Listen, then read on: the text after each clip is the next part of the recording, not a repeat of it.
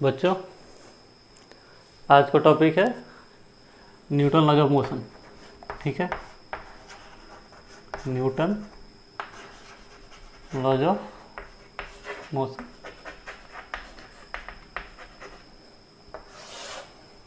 ठीक है, तो उससे पहले हम लोग कुछ जान लेते हैं।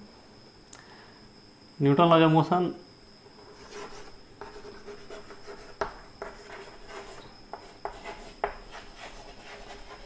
क्लासिकल मैकेनिक्स का ही कुछ सब डिवीज़न किया गया है।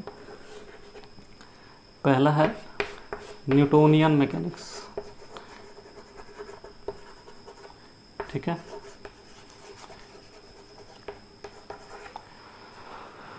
इसके अंदर ही हमको इस चैप्टर के बारे में पढ़ना है और इसका प्राइमरी कंसर्न था जो फोर्स और मोशन से रिलेटेड था।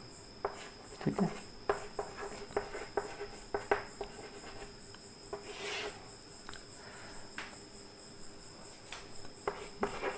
(1687) के आसपास न्यूटन ने इसके बारे में अपनी बुक में लिखा। ठीक है, इसके बाद आता है लैग्रेंजियन मैकेनिक्स।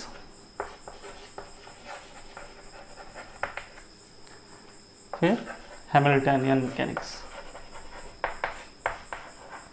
Hamiltonian mechanics. हमें ये और ये तो नहीं पढ़ना है, बीएससी वगैरह बजाएंगे तो शायद उनको पढ़ने का मिले।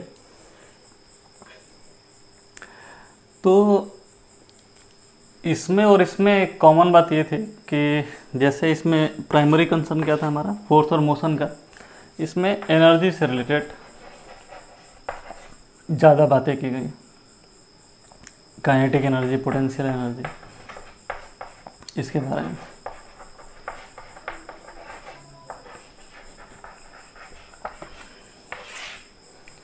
इस ब्रांच के बाद फिर क्वांटम मैकेनिक्स है, फिर रिलेटिविटी भी है, बहुत सारी चीज़ें हैं। हमको उसके बारे में डिस्कस नहीं करना, हमें किसके बारे में डिस्कस करना, न्यूटोनियन मैकेनिक्स के बारे में। ठीक है, तो चलिए स्टार्ट करते हैं।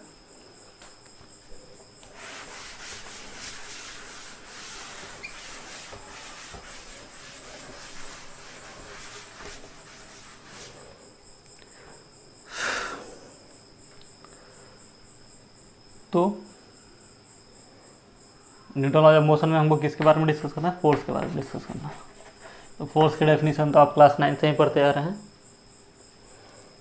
क्या है, पुश और पुल ऑफ बॉडी।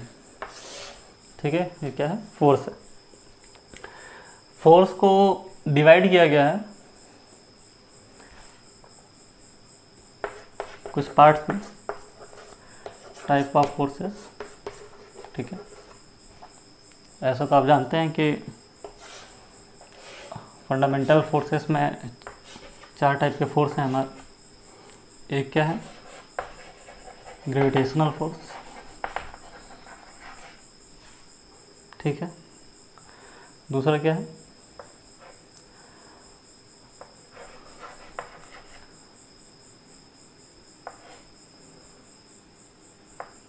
इलेक्ट्रोस्टैटिक फोर्स या फिर इलेक्ट्रोमैग्नेटिक फोर्स आप कह सकते हैं। इलेक्ट्रोमैग्नेटिक फोर्स, जिसमें हमको इलेक्ट्रिक फील्ड और मैग्नेटिक फील्ड के बारे में पढ़ना। ठीक है, तो ये तो वैसे 11th का टॉपिक है नहीं, 12th में पढ़ना है इसके बारे में। उसके बाद आता है हमारा स्ट्रॉन्ग न्यूक्लियर फोर्स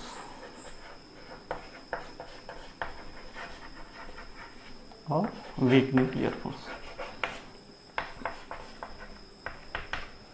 ठीक है, तो ये सारे टॉपिक्स तो 12th के हैं।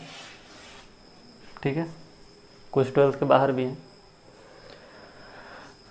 तो हम जो फोर्स को डिवाइड कर रहे हैं उनको 2 पार्ट में डिवाइड कर रहे हैं। एक है कांटेक्ट फोर्स, ठीक है, और एक है नॉन कांटेक्ट फोर्स।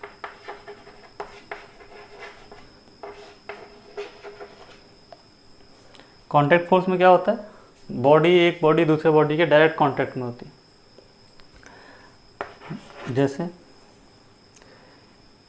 एक नॉर्मल फोर्स हो गया, दूसरा फ्रिक्शनल फोर्स हो गया, ठीक है। फिर से आपका टेंशन हो गया, ठीक है। और कोई कांटेक्ट में देखिए स्प्रिंग फोर्स भी हो गया, बहुत सारे फोर्सेस हैं ऐसे, ठीक है। इनके बारे में डिटेल में हम बाद में डिस्कस करेंगे। नॉन कांटेक्ट फोर्स में क्या है, बॉडी का एक्चुअल कांटेक्ट नहीं होता है, ठीक है ना, फील्ड के वजह से ये फोर्सेस लगती हैं। जैसे पहला क्या है, ग्रेविटेशनल फोर्स है,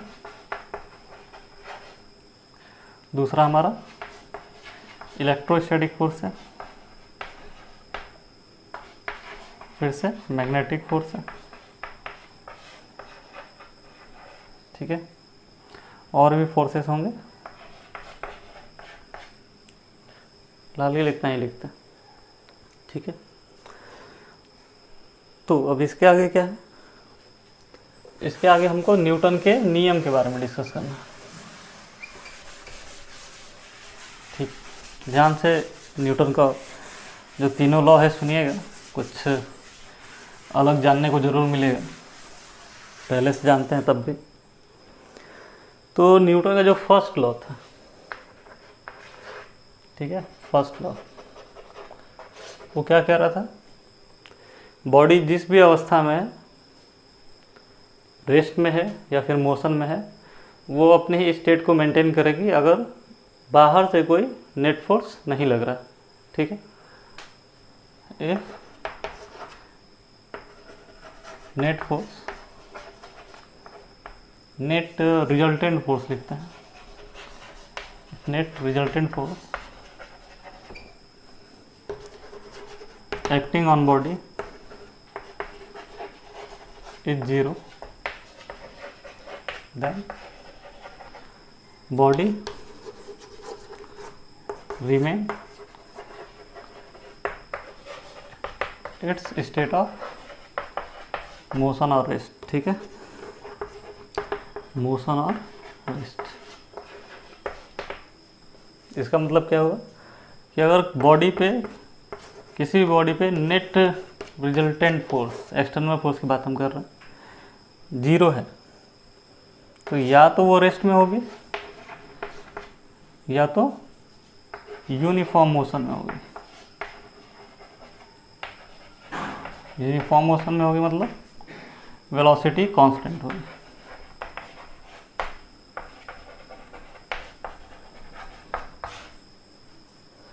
ठीक है।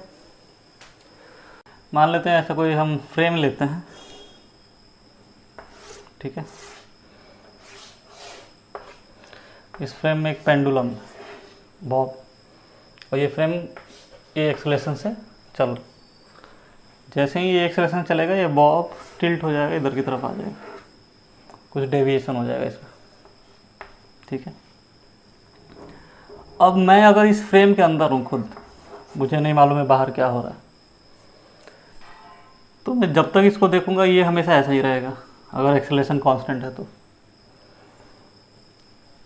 ठीक है। तो इस बॉब पे 2 तरह के फोर्स लग रहे हैं, एक तो mg लग रहा है, और रस्सी में जो फोर्स लगता है उसको टेंशन कहते हैं, जो कि अवे फ्रॉम द बॉडी लगता है। टेंशन के बारे में हम लोग डिटेल में पढ़ेंगे।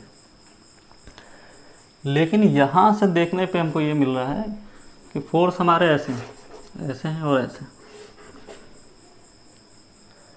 तो नेट फोर्स तो 0 नहीं हुआ। नेट फोर्स 0 कब होता, जब ये फोर्स अपोजिट होता है। अपोजिट वेक्टर का सम 0 हो सकता है, तो ये तो किसी एंगल पे हैं, इनका रिजल्टेंट इधर कहीं आएगा, ठीक है। यानी नेट फोर्स अंदर के फ्रेम से देखें तो 0 नहीं है, लेकिन अगर मैं अंदर हूँ और मैं इसे देख रहा हूँ, तो जैसे जैसे समय बीत रहा है इस बॉडी का पोजीशन में कोई चेंज नहीं आ रहा है, एक्स कोऑर्डिनेट, वाई कोऑर्डिनेट सब कुछ फिक्स है, यानी एक्सेलरेशन 0 है।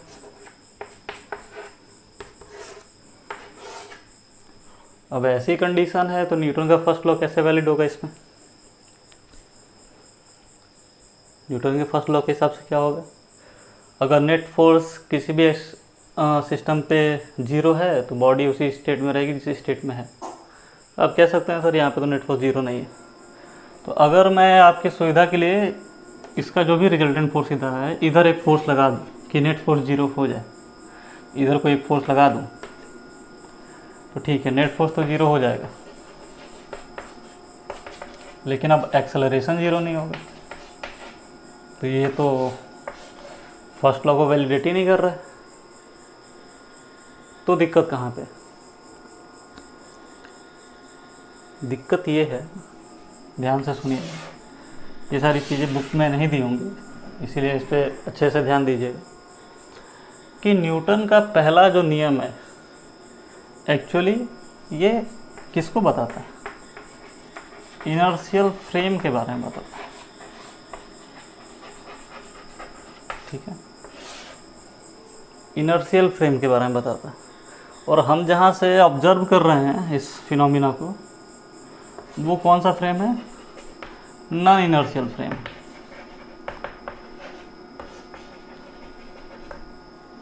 ठीक है, तो न्यूटन का फर्स्ट लॉ यूनिवर्सली वैलिड हर फ्रेम के लिए नहीं है। किसके लिए?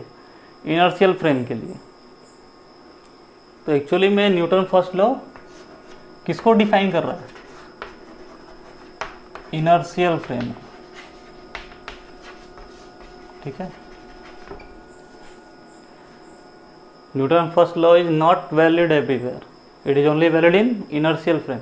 इस बात का ध्यान देना।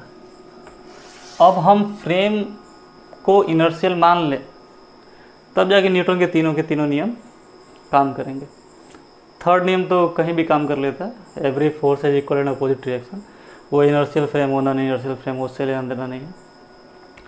ठीक है, तो ये इंपॉर्टेंट बात थी इसकी कि फर्स्ट लॉ किसको बता रहा है? इनर्शियल फ्रेम को डिफाइन कर रहा है। ठीक है, बात थोड़ी आपको अटपटी लग रही होगी, लेकिन जो सच है वो है। चलिए,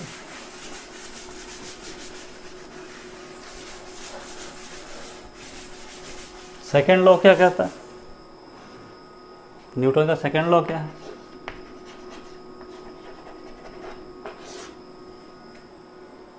सबको मालूम है, जो नेट फोर्स है वो किसके बराबर है? Rate of change of momentum. ठीक है, तो हम लोग इसे क्या लिख सकते हैं? d/dt ऑफ मोमेंटम क्या होता है? Mass into velocity. Mass constant है। ठीक है, मास कांस्टेंट है क्योंकि हम लोग बहुत ही हाई वेलोसिटी के रिस्पेक्ट में इसकी बात नहीं कर रहे। अगर वेलोसिटी बहुत ही ज़्यादा हो जाए with respect to speed of light तो मास भी वेरी करने लगेगा। तो हम लोग को फिर रिलेटिविटी में आना पड़ेगा।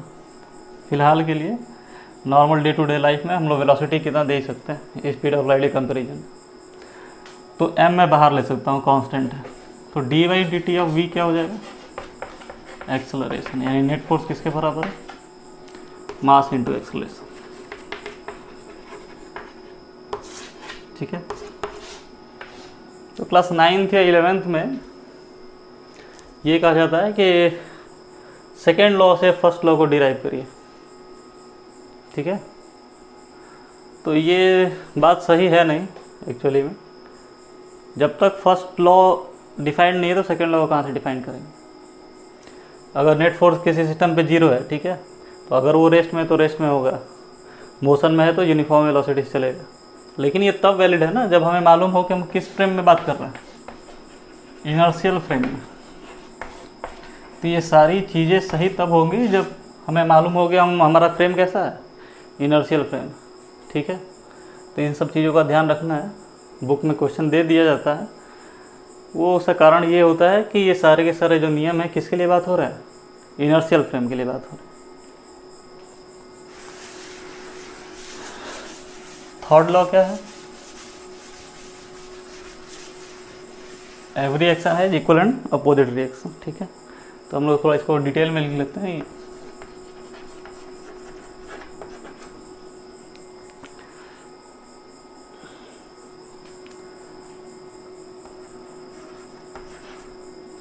F force acting on two different bodies.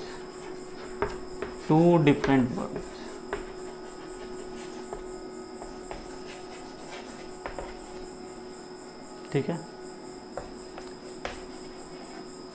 The magnitude of force is the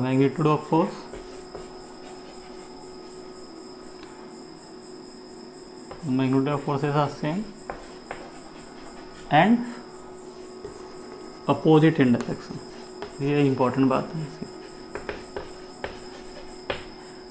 ठीक है.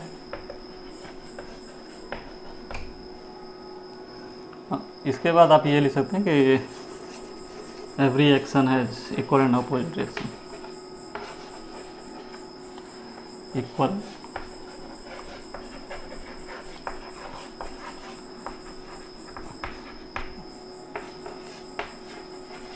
ठीक है. तो इस स्टेटमेंट का मतलब क्या हुआ, एक एग्जांपल समझ लेते हैं. मान लीजिए ब्लॉक है, ये ब्लॉक इसे कांटेक्ट में, हम थोड़ा सा गैप दिखाएं आपको समझाने के लिए.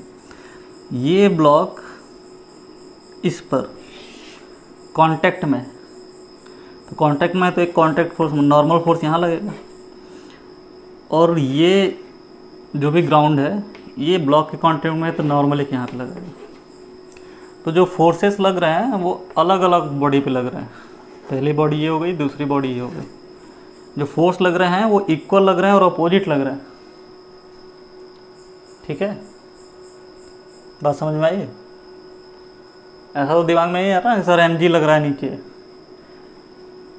mg इस पर लग रहा है, इस ब्लॉक पे लग रहा है. ये जब इसे कांटेक्ट में आएगा तो एक नॉर्मल नीचे लगेगा, और वही नॉर्मल ये ऊपर की तरफ लगाएगा. ठीक है, चलिए.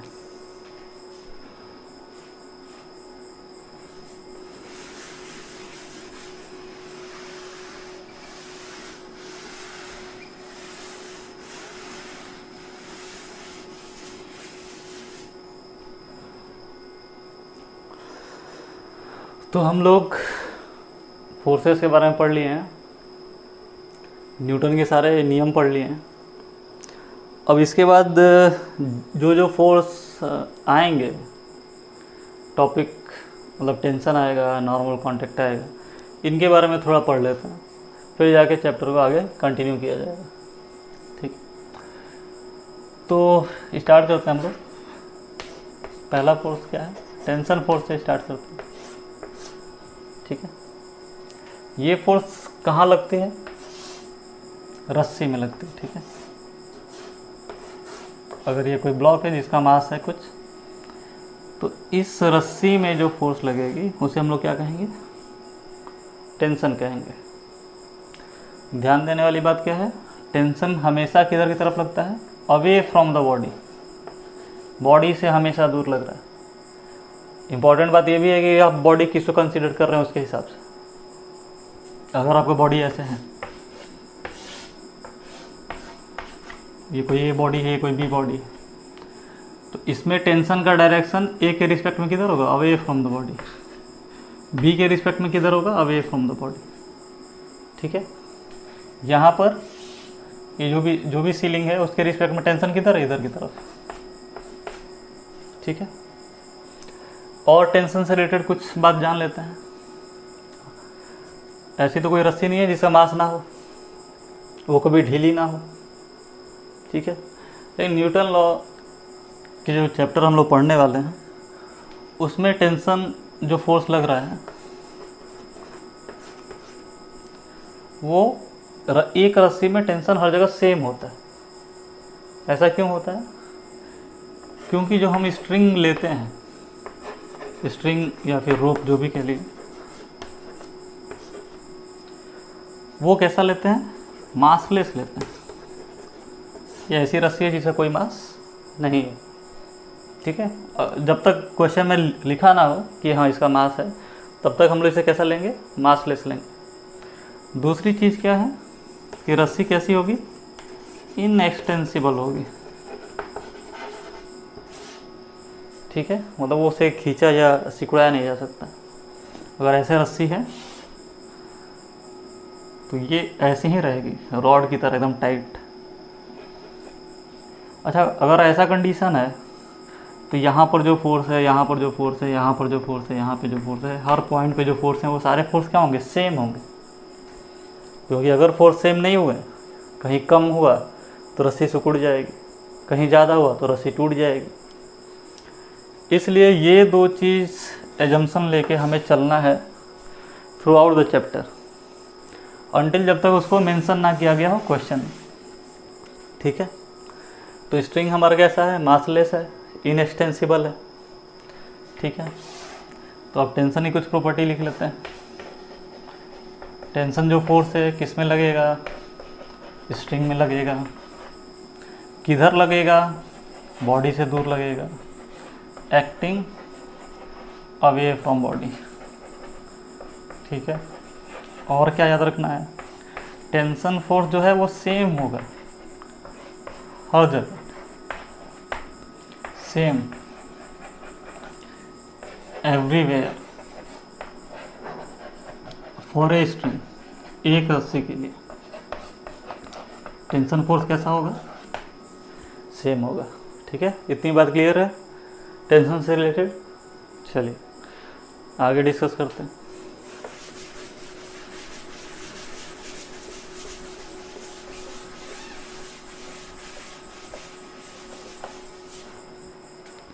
दूसरा फोर्स है हमारा एक नॉर्मल फोर्स, कांटेक्ट फोर्स। ठीक है, क्या है? कांटेक्ट। चलिए इसका एग्जांपल ले लेते हैं। मान लेते हैं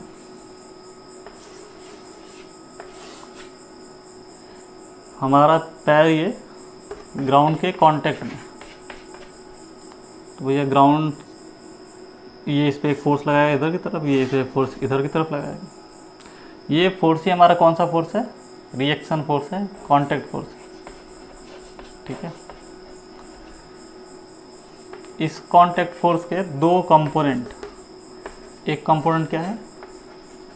नॉर्मल रिएक्शन या फिर नॉर्मल फोर्स कह सकते हैं, और दूसरा फोर्स क्या है? Friction force.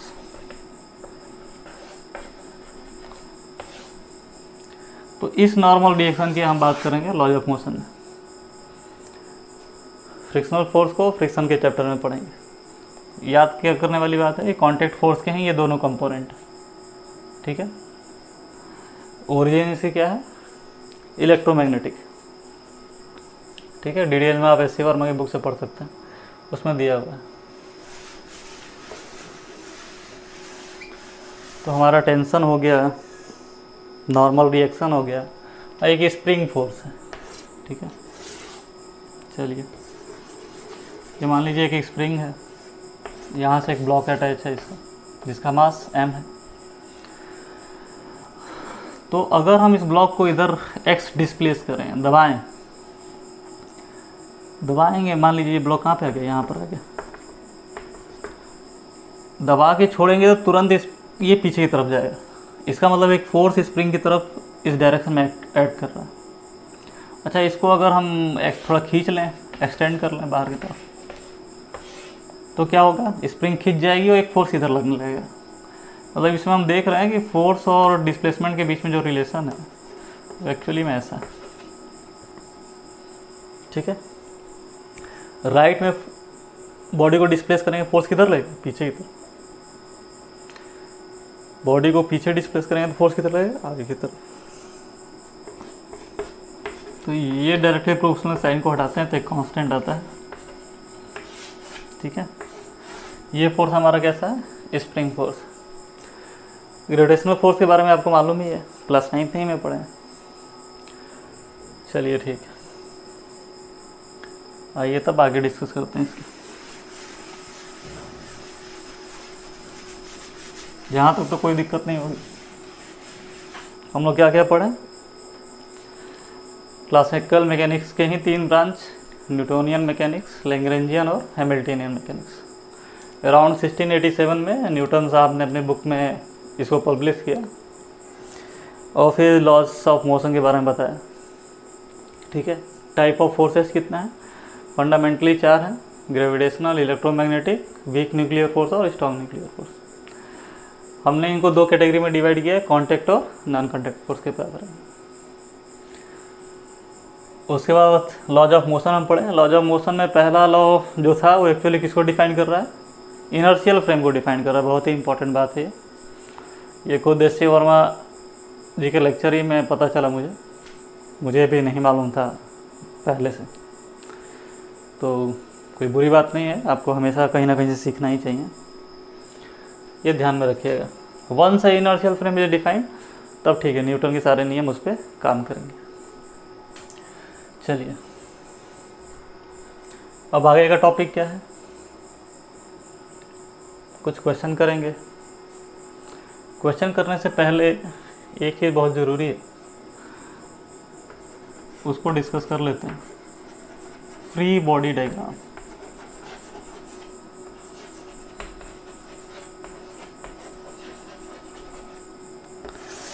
Free body diagram क्या होता है, बहुत सारे कनेक्टेड बॉडीज अगर हैं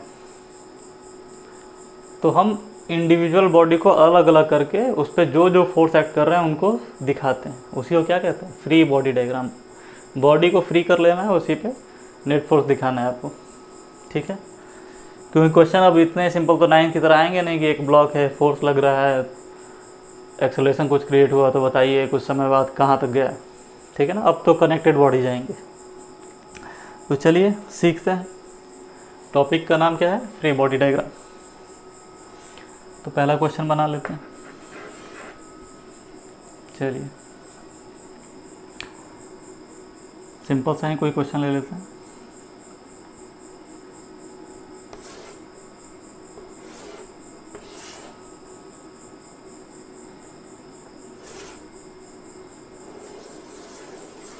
ऐसे कोई फिगर, ठीक है ना, इधर वॉल है, ये भी वॉल ही है, और ये एक स्फीयर, ठीक है ना, जिसका मास क्या है, m। अब हमें इस स्फीयर पे फोर्स बताना है, इसका मास क्या है, m। तो क्या कर लेंगे, जिस पे फोर्स दिखाना है उसको अलग लिख लो, जो जो फोर्स आपको दिख रहा है वहीं लगाना है, अपने मन से कुछ नहीं सोच लेना। तो इसका मास m है तो एक ग्रेविटेशनल फोर्स लगेगा, मतलब इसका वेट लगेगा mg। ये इसके कांटेक्ट में, तो कांटेक्ट फोर्स एक यहाँ पर लगेगा। अच्छा देखिए, नॉर्मल रिएक्शन में एक बात हम आपको नहीं बताया, फिगर से ही आपको क्लियर हो जाना चाहिए। वैसे ऐसे फिगर था हमारा, ठीक है, यहाँ पे एक फोर्स लग रहा था, एक फोर्स ऐसा लग रहा था, ये हमारा नॉर्मल रिएक्शन था। तो नॉर्मल फोर्स हमेशा परपेंडिकुलर टू द सरफेस लगता है, ठीक है। तो यहाँ पे कांटेक्ट कैसा है, ऐसा, तो नॉर्मल रिएक्शन कैसा लगेगा, परपेंडिकुलर इधर की तरफ। एक कांटेक्ट यहाँ पर भी है, इसके वजह से एक फोर्स लगेगा, वो भी नॉर्मल होगा, इसको N1 नाम दे देते हैं। यहाँ पर एक फोर्स लगेगा ऐसे N2, ठीक है। और कोई फोर्स दिख रहा है, यहाँ पे कांटेक्ट में, यहाँ पे कांटेक्ट में, इसका वेट, बस सिंपल। अगर हमको इसका फ्री बॉडी डायग्राम बनाना हो इस वॉल का, तो वॉल का ऐसा बना लेंगे। वॉल पे फोर्स कौन लगा रहा है, ये स्फीयर लगा रहा है, किधर की तरफ लगा रहा है, इधर की तरफ लगा रहा है। कितना लगा रहा है, N2 ही लगा रहा है, ठीक है ना। Every action is equal and opposite reaction. ये इसके कांटेक्ट में, ये N2 लगा रहा है तो ये भी कितना लगेगा, N2 लगाएगा। इस वॉल का अगर बनाना चाहें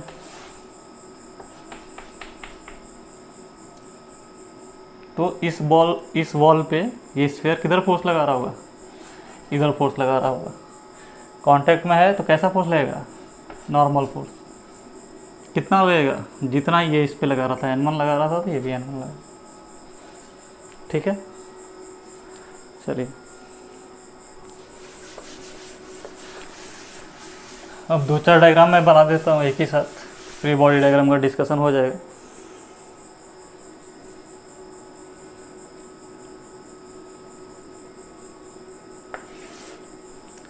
यहाँ पर एक ब्लॉक है, रस्सी से जुड़ी हुई है, यहाँ एक ब्लॉक है, ये भी रस्सी से जुड़ी हुई है, यहाँ पर एक पुली है, ये पुली इससे जुड़ी हुई है, ठीक है। ब्लॉक है ये बी और ये सी। और एक फिगर बना लेते हैं।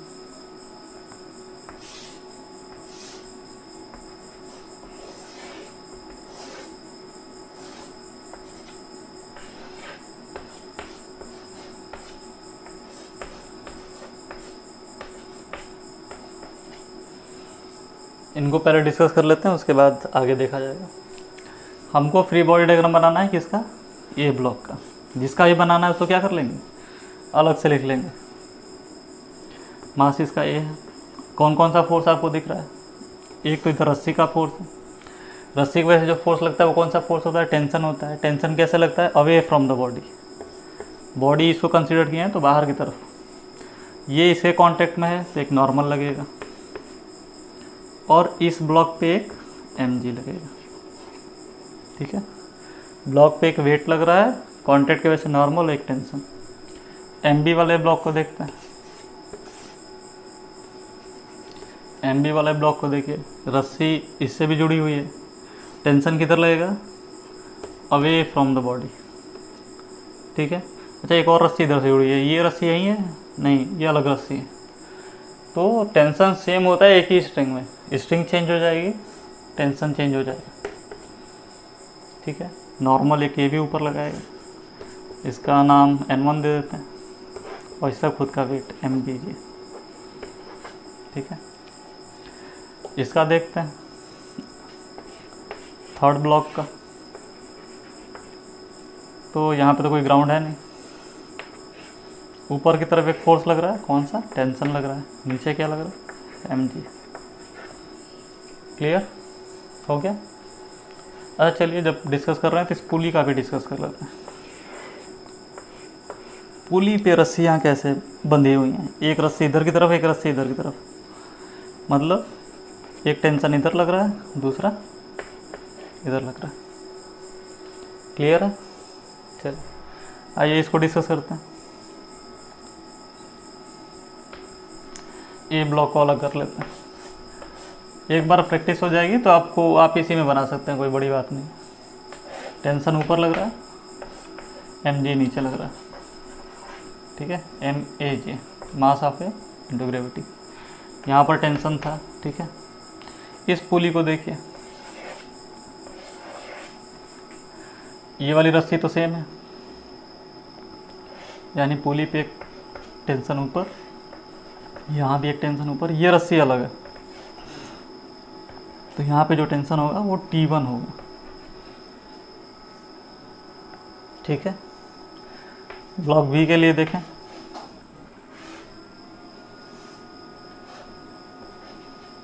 तो नीचे ग्रेविटेशनल फोर्स, ऊपर टेंशन T1।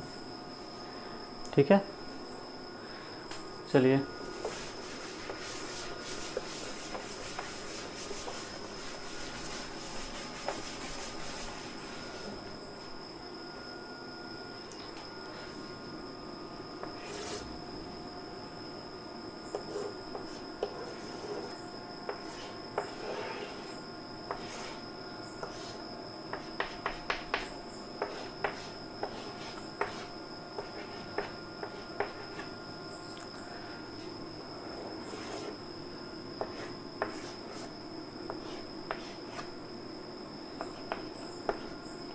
इसका फ्री बॉडी डायग्राम बना के देखते हैं। सबसे इजी जो है, इसको मैं यहीं पे बना देता हूँ, देख लीजिए। इस ब्लॉक पे फोर्स किधर लग रहा है, नीचे की तरफ, mag। रस्सी में एक फोर्स लग रहा है T। ठीक है, इस ब्लॉक का फ्री बॉडी डायग्राम हो गया। ब्लॉक सी का बनाना है, तो ब्लॉक सी को पहले तो अलग करना पड़ेगा। ठीक है ना, ध्यान से देखिए, रस्सी में आगे की तरफ एक फोर्स लग रहा है। ठीक है, ये रस्सी अलग है, ये रस्सी अलग है पूरी, यानी यहाँ पे टेंशन अलग होगा, T1। ठीक है, बी वाला ब्लॉक सी के कांटेक्ट में है, मतलब एक नॉर्मल फोर्स नीचे की तरफ लगेगा, N1 मान लेते हैं। ब्लॉक ग्राउंड के भी कांटेक्ट में है, यानी एक फोर्स ऊपर की तरफ लगेगा, N नॉर्मल फोर्स। कांटेक्ट अलग अलग है तो नॉर्मल फोर्स भी अलग अलग हो जाएगा, और खुद इसका एक वेट लगेगा। ठीक है, टेंशन, नॉर्मल, नॉर्मल और वेट। ब्लॉक बी को बना लेते हैं। ब्लॉक बी बस सी के कांटेक्ट में, ब्लॉक बी सी पे कितना लग रहा था N1, ठीक है। तो सी बी पे कितना लगाएगा N1, किधर की तरफ, ऊपर की तरफ। रस्सी तो इससे कनेक्टेड है नहीं और कोई फोर्स होगा नहीं, हाँ एक इसका खुद का वेट होगा, क्या होगा MBG। क्लियर है। इसी तरह आप पुली का बनाना चाहें तो यहाँ पर एक टेंशन T1 होगा, यहाँ पे एक टेंशन T1, ठीक है। इस पुली का बनाना चाहें ऊपर की तरफ एक T1, यहाँ भी T1 और नीचे एक पुली है, स्ट्रिंग है, उसका टेंशन T, ठीक है।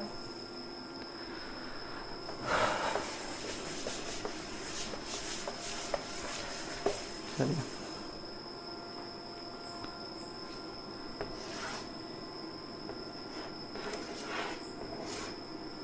ब्लॉक एक यहाँ पर,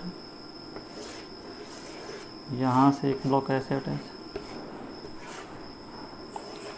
यहाँ से एक ब्लॉक ऐसे अटैच, ये इससे अटैच, और यहाँ पर भी एक ब्लॉक, ठीक है। A B C D, clear है। चलिए कहाँ से स्टार्ट करें, देखिए यहीं से करते हैं। नीचे की तरफ एक फोर्स लगेगा MDG, ऊपर एक टेंशन लगेगा T। यहाँ पर देखिए, इस पे मैं यहाँ से शॉर्टकट में ही अब करूँगा, ज़्यादा डिटेल में नहीं जाऊँगा। यहाँ पे एक फोर्स है ऊपर की तरफ, एक यहाँ पे फोर्स है, दो स्ट्रिंग है, स्ट्रिंग में फोर्स T1 मान लेते हैं, और नीचे क्या है, एक टेंशन है T, ठीक है। हमारी ये जो पुली होती है, इस पुली की भी खास बात है,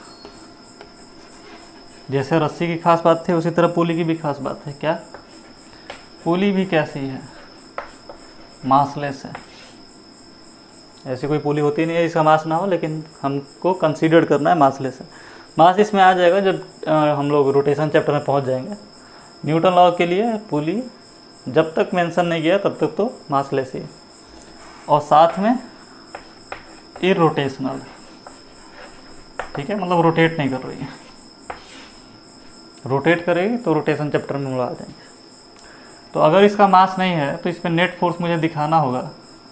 तो नेट फोर्स बराबर हम जानते हैं क्या होता है, मास इंटू एक्सेलरेशन। मास ही नहीं है तो नेट फोर्स क्या हो गया, 0। इसका मतलब 2T1 बराबर क्या हो गया, T, यानी T1 बराबर क्या हो गया, T/2। तो वही काम मैं यहाँ पे कर रहा हूँ। ये T है तो यहाँ पर कितना लगेगा, T/2। यहाँ पे क्या होगा, T/2। T/2 जुड़ेगा तो T हो जाएगा। ये T/2 है तो ये भी T/2 होगा, और इस पे वेट लगेगा, ठीक है। ये T/2, ये T/2, ठीक है। तो इसमें कितना हो जाएगा, T हो जाएगा। देखिए ऊपर एक ही स्ट्रिंग है, नीचे दो है, तो जब इसका आप फ्री बॉडी डायग्राम बनाएंगे तो टेंशन का डायरेक्शन क्या किधर हो जाएगा, इधर की तरफ, नीचे की तरफ, T/2। ऊपर कितना हो जाएगा, इन दोनों का सम बैलेंस होना चाहिए। पुली पे नेट फोर्स हमेशा क्या होगा, 0। तो जितना नीचे फोर्स उतना ऊपर फोर्स, कितना हो गया, T। ये T है तो ये भी T, ये T है, ये T है तो ये 2T, ये 2T तो ये भी 2T, ये क्या हो गया, MAG। समझ में आया, समय के साथ समझ में आ जाएगा, बहुत सिंपल सा, ठीक है।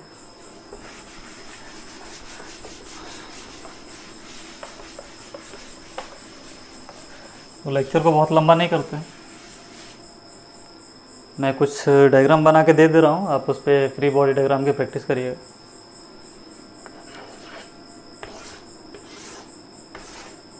ठीक है, एक बॉल यहाँ पर है, एक बॉल इससे बड़ी है यहाँ पर है, और एक बॉल यहाँ पर है, ठीक है। ये इसके कांटेक्ट में भी है, ध्यान दीजिएगा।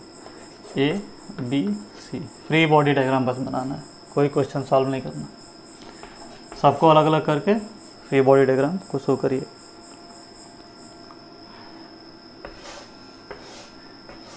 यहाँ पर एक ब्लॉक है पुली के साथ अटैच, यहाँ पर एक ब्लॉक है,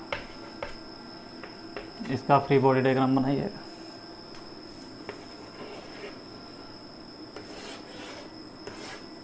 यहाँ एक ब्लॉक है, यहाँ एक ब्लॉक है,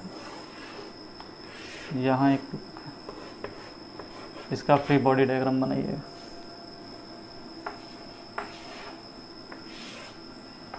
ये एक ब्लॉक दिया, एक ब्लॉक यहाँ पे, इसके ऊपर भी एक ब्लॉक, ABC, सबके फ्री बॉडी डायग्राम बनाने हैं। इसको चाहें तो आप ऐसे भी अलाइन कर लें। यहाँ एक ब्लॉक है, यहाँ एक ब्लॉक है, ABCD। प्रैक्टिस करिए, कोई दिक्कत होगा तो ज़रूर से कमेंट में बताइएगा, आगे फिर डिस्कस किया जाए। Thank you.